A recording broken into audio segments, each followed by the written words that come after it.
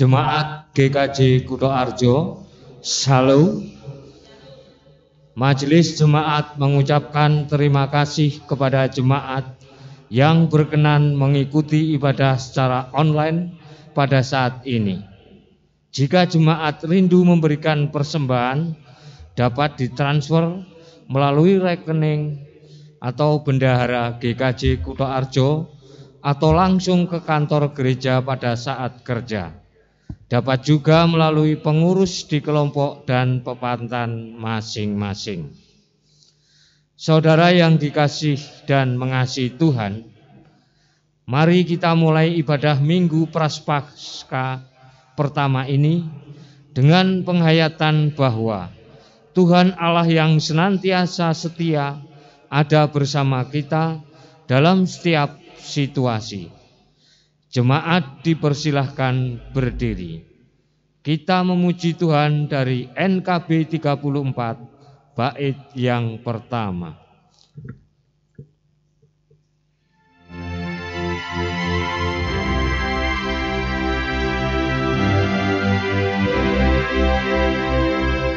Setiamu Tuhanku tiada bertara, dikala suka di saat gelap, kasih-Mu Allahku tidak berubah.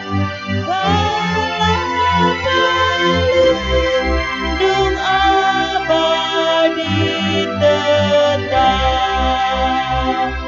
setiamu Tuhanku mengharu hatiku. Setiap pagi bertambah jelas, yang ku perlukan tetap Kau berikan, sehingga aku pun kuat lelas. Sidang jemaat yang dikasihi Tuhan, kita memasuki ibadah Minggu Prapaskah yang pertama ini dengan pengakuan, penolong kita adalah Tuhan yang menciptakan langit, bumi, dan segala isinya, dan yang setia menepati janjinya.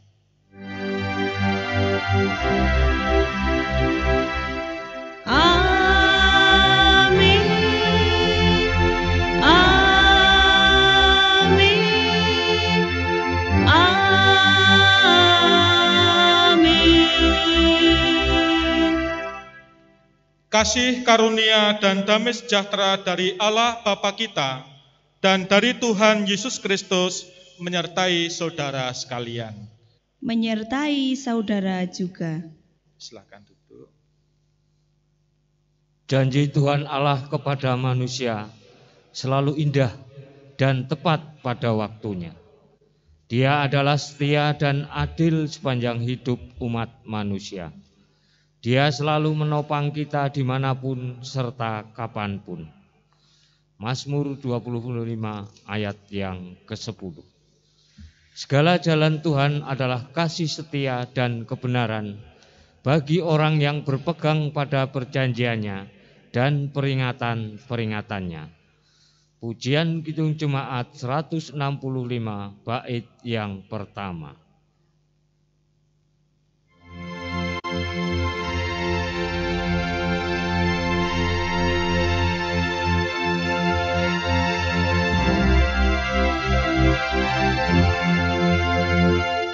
Janji yang manis Kau tak kulupakan, tak terombang-ambing lagi jiwaku. Walau lembah hidupku penuh awan, nantikan cerahlah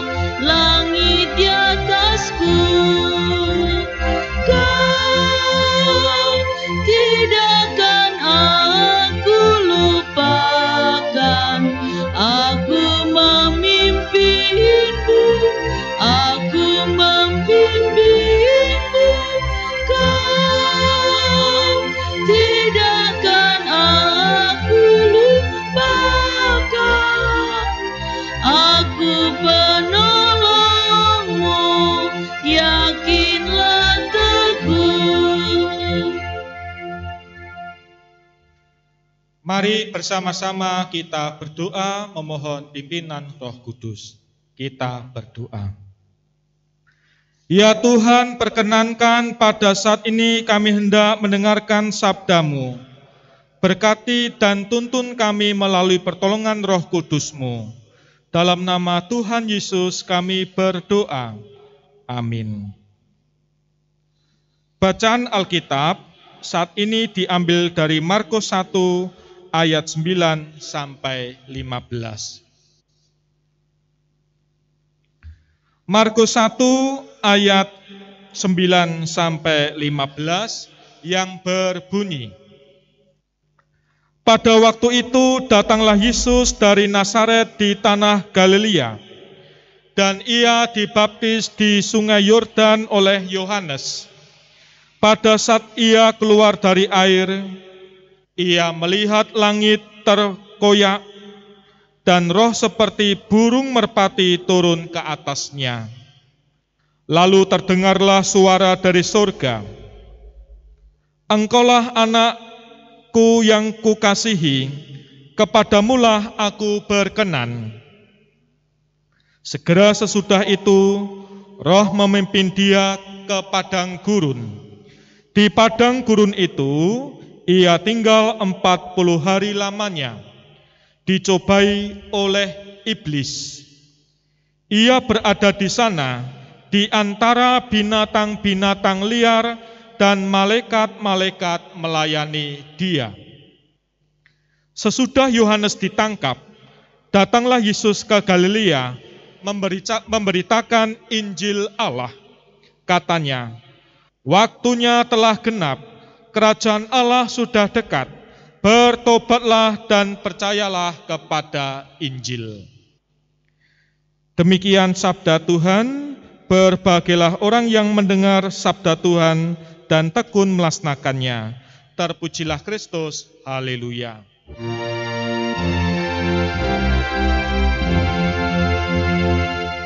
Hosiana,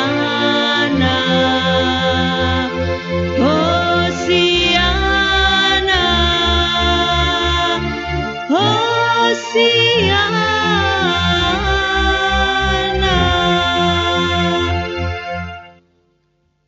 Saudara-saudara yang terkasih, minggu ini kita memasuki Minggu Prapaskah pertama di tahun 2021.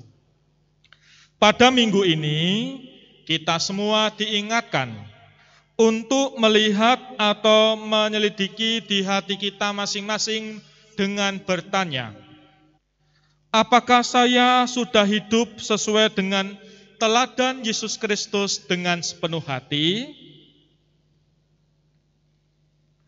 Maka masa Prapaskah pertama ini menjadi kesempatan untuk kita berbalik menuju pertobatan pribadi dan membangun diri kita supaya lebih baik, sebagaimana tema kita saat ini, berpengharapan dalam perjanjian Allah. Saudara-saudara, perikop Markus 1 ayat 9 sampai 15 yang kita baca tadi hendak memberitakan 3 makna penting, yaitu peneguhan, pencobaan, dan pelayanan. Waktu itu, Yesus datang ke sungai Yordan di tanah Galilea. Ia bertemu dengan Yohanes Pembaptis. Sebagaimana kita ketahui, Yohanes adalah nabi yang hadir atas prakarsa Tuhan untuk membuat banyak orang Israel agar berbalik kepadanya. Kita mengimani bahwa pertemuan antara Yesus dengan Yohanes Pembaptis itu bukanlah suatu pertemuan biasa, bukan pula suatu perjumpaan kebetulan belaka saja, tetapi telah Allah rancangkan jauh sebelum ia lahir. Allah sebelum Yohanes dan Yesus hadir di panggung sejarah dunia, Allah lebih dahulu mengutus malaikatnya Gabriel datang kepada orang tua Yohanes dan orang tua Yesus, serta menetapkan pemberitaan Injil Kerajaan Allah. Perjumpaan antara Yesus dan Yohanes Pembaptis di Sungai Yordan ini menjadi momen untuk Yesus dibaptis oleh Yohanes.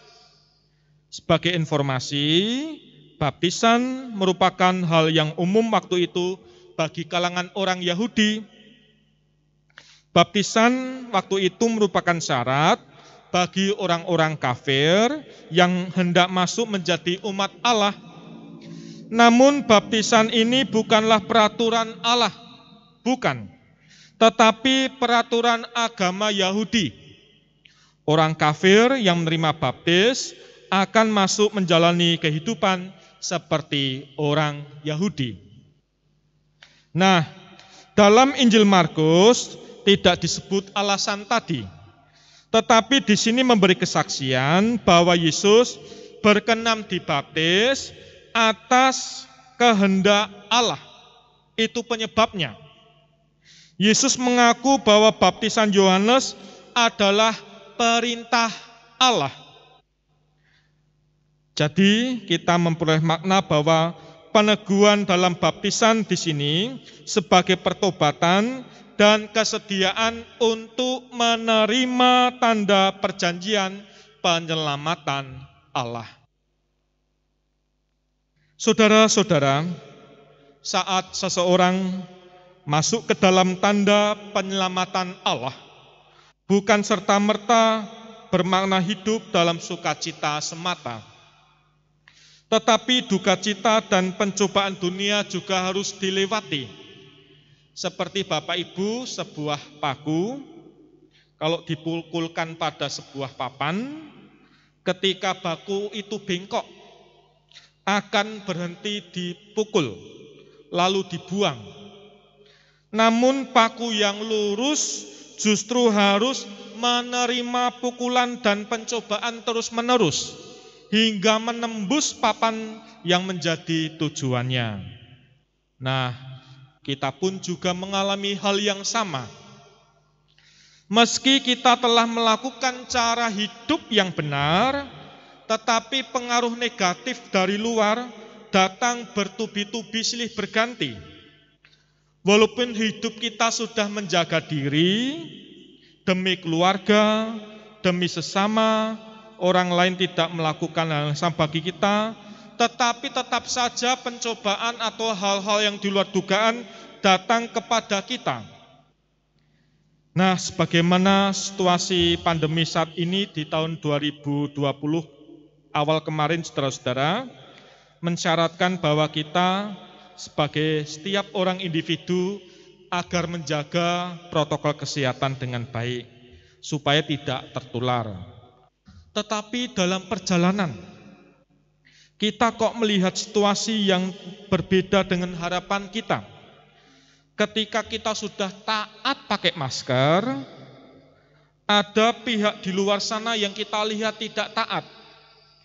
Kita sudah rajin cuci tangan, tetapi ada juga orang lain yang tidak peka dan tidak mau cuci tangan. Kita sudah patuh menjaga jarak 1 meter, tetapi kok ya tetap saja ada orang yang berkerumun. Ditambah lagi semakin hari semakin banyak yang terinfeksi. Lalu dalam titik tertentu, dalam hati kita, pikiran kita, kalau orang lain tidak taat, mengapa saya harus taat? Kalau orang lain tidak taat, mereka bahagia. Mengapa juga saya harus mempertahankan ketaatan dan saya malah menderita?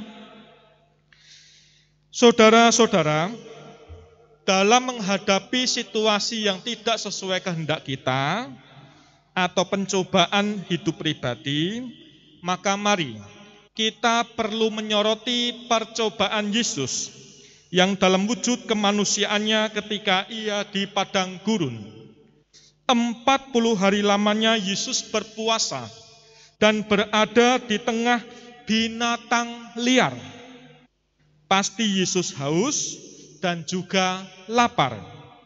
Setuju atau tidak setuju, sebagai manusia kita patut mengaku bahwa perut yang kosong itu adalah momen yang sangat berat.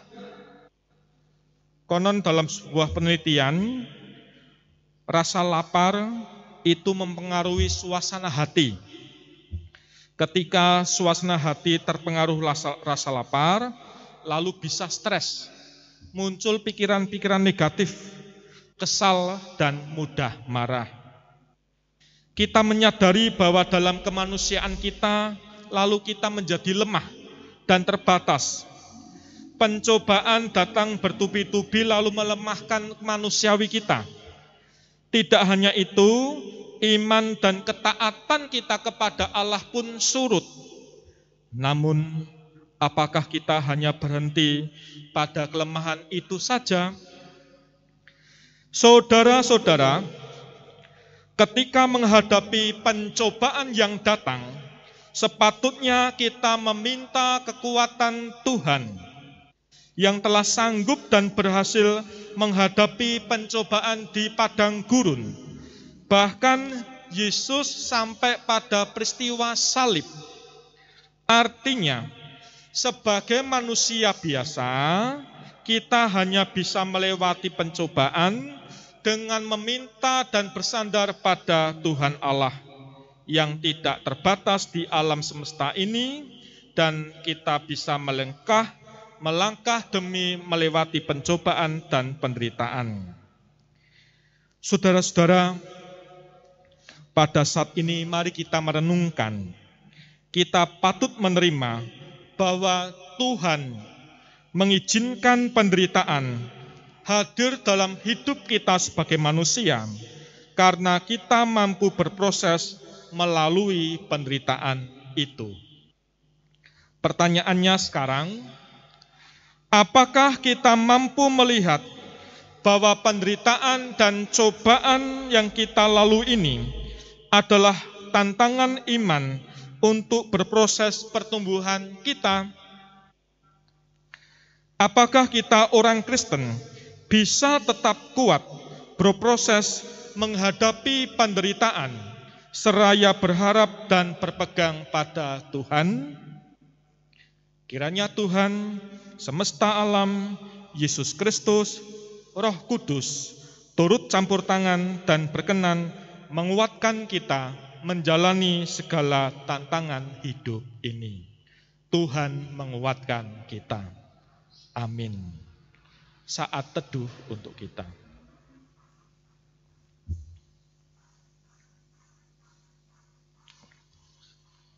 Selesai. Jemaat dipersilahkan berdiri. Mari kita perbaharui iman kita dengan mengikrarkan pengakuan iman rasuli. Aku percaya kepada Allah Bapa yang Maha Kuasa, Khalik langit dan bumi, dan kepada Yesus Kristus, Anaknya yang tunggal Tuhan kita, yang dikandung daripada Roh Kudus, lahir dari anak darah Maria, yang menderita di bawah pemerintahan Pontius Pilatus, disalibkan, mati dan dikuburkan, turun ke dalam kerajaan maut. Pada hari yang ketiga bangkit pula dari antara orang mati, naik ke surga, duduk di sebelah kanan Allah Bapa yang Maha Kuasa, dan akan datang dari sana untuk menghakimi orang yang hidup dan yang mati. Aku percaya kepada Roh Kudus, gereja yang kudus dan am, persekutuan orang kudus, pengampunan dosa, kebangkitan daging, dan hidup yang kekal. Mari kita berdoa. Ya Tuhan, perkenankan kami menghaturkan doa syafaat kami. Kami menghaturkan keluarga kami. Kami menghaturkan anak-anak kami dalam berproses belajar. Berilah semangat belajar, tidak kehilangan semangat belajar. Walaupun kondisi pandemi, belajar di rumah, melalui daring, dalam jaringan, Tuhan memberikan kekuatan. Kami orang tua dimampukan untuk mendampingi. Biarlah masa-masa sulit ini dapat kami lalui dengan kekuatan-Mu. Demikian juga kami orang tua, berkati dan mampukan untuk memberi kecukupan nafkah bagi keluarga dalam masa-masa pandemi secara ekonomi dan finansial. Kami percaya Tuhan memberikan kecukupan untuk kami semua. Ya Tuhan, bangsa dan negara kami serahkan dalam tangan pengasihan-Mu. Pemimpin bangsa kami dalam mengawal kami semua menghadapi masa pandemi. Tuhan beri kebijaksanaan agar dapat lebih-lebih dalam mengatur vaksinasi kepada seluruh rakyat Indonesia, dapat selekasnya dan dapat berjalan dengan lancar dan baik. Dalam nama Tuhan Yesus kami haturkan doa ini. Amin. Janji Tuhan Allah selalu digenapi dalam hidup kita. Janji pemeliharaan Tuhan Allah selalu ada sepanjang hidup kita. Marilah kita mengungkapkan syukur atas berkat Tuhan dengan mengumpulkan persembahan. Persembahan kita kumpulkan diiringi dengan PKJ 146 bait yang pertama.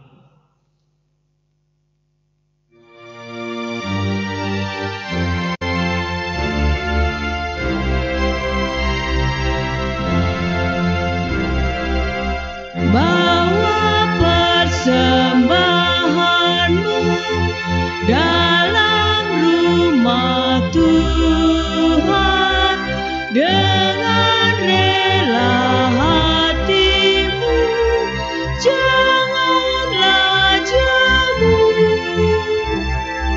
Bawa persembahanmu, bawa dengan suka, bawa persembahanmu, tanda sukacitamu, bawa persembahanmu, ucaplah syukur. Dengan bangkit berdiri, mari kita persembahan ini di dalam doa. Ya Tuhan, terimalah persembahan syukur dari umat yang telah Engkau selamatkan ini. Jadikanlah persembahan syukur ini suatu berkat bagi pelayanan kasih dan keadilan. Kami berdoa dalam nama Yesus yang telah mengajar kami berdoa bersama. Bapa kami yang ada di surga, dikuduskanlah namamu, datanglah kerajaan-Mu, jadilah kehendak-Mu di bumi seperti di surga. Berikanlah kami pada hari ini makanan kami yang secukupnya, dan ampunilah kami akan kesalahan kami, seperti kami juga mengampuni orang yang bersalah kepada kami. Dan janganlah membawa kami ke dalam pencobaan, tetapi lepaskanlah kami daripada yang jahat. Karena Engkaulah yang mempunyai kerajaan dan kuasa dan kemuliaan sampai selama-lamanya. Amin. Marilah kita menyanyikan nyanyian pengutusan pelengkap kidung jemaat PKJ 164 Jalan Hidup Tak Selalu.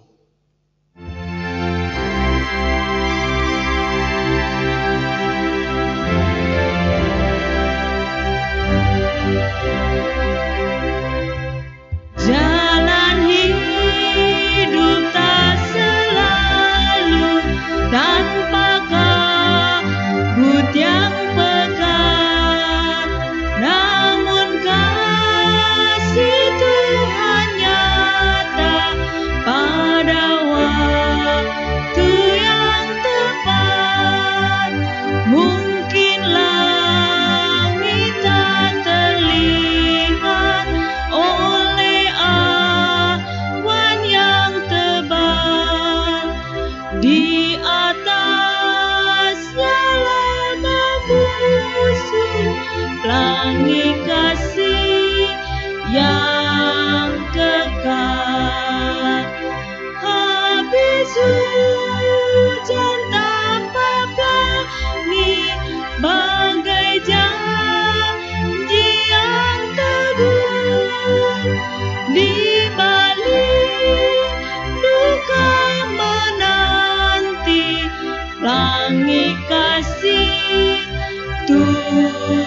Tuhanmu. Saudara, pulanglah dalam sukacita karena mengingat sabda Tuhan, bahwa janjinya selalu tergenapi, rancangannya selalu baik untuk manusia. Jalanilah hidup dengan tetap setia pada janji, tetaplah setia pada Tuhan Allah Penyelamat, janji setia pada pasangan, keluarga, dan janji setia menjaga kelestarian alam. Mari kita menyambut berkat-Nya. Tuhan memberkati saudara dan melindungi saudara. Tuhan menyinari saudara dengan wajah-Nya dan memberi saudara kasih karunia. Tuhan menghadapkan wajah-Nya kepada saudara dan memberi saudara damai sejahtera. Amin.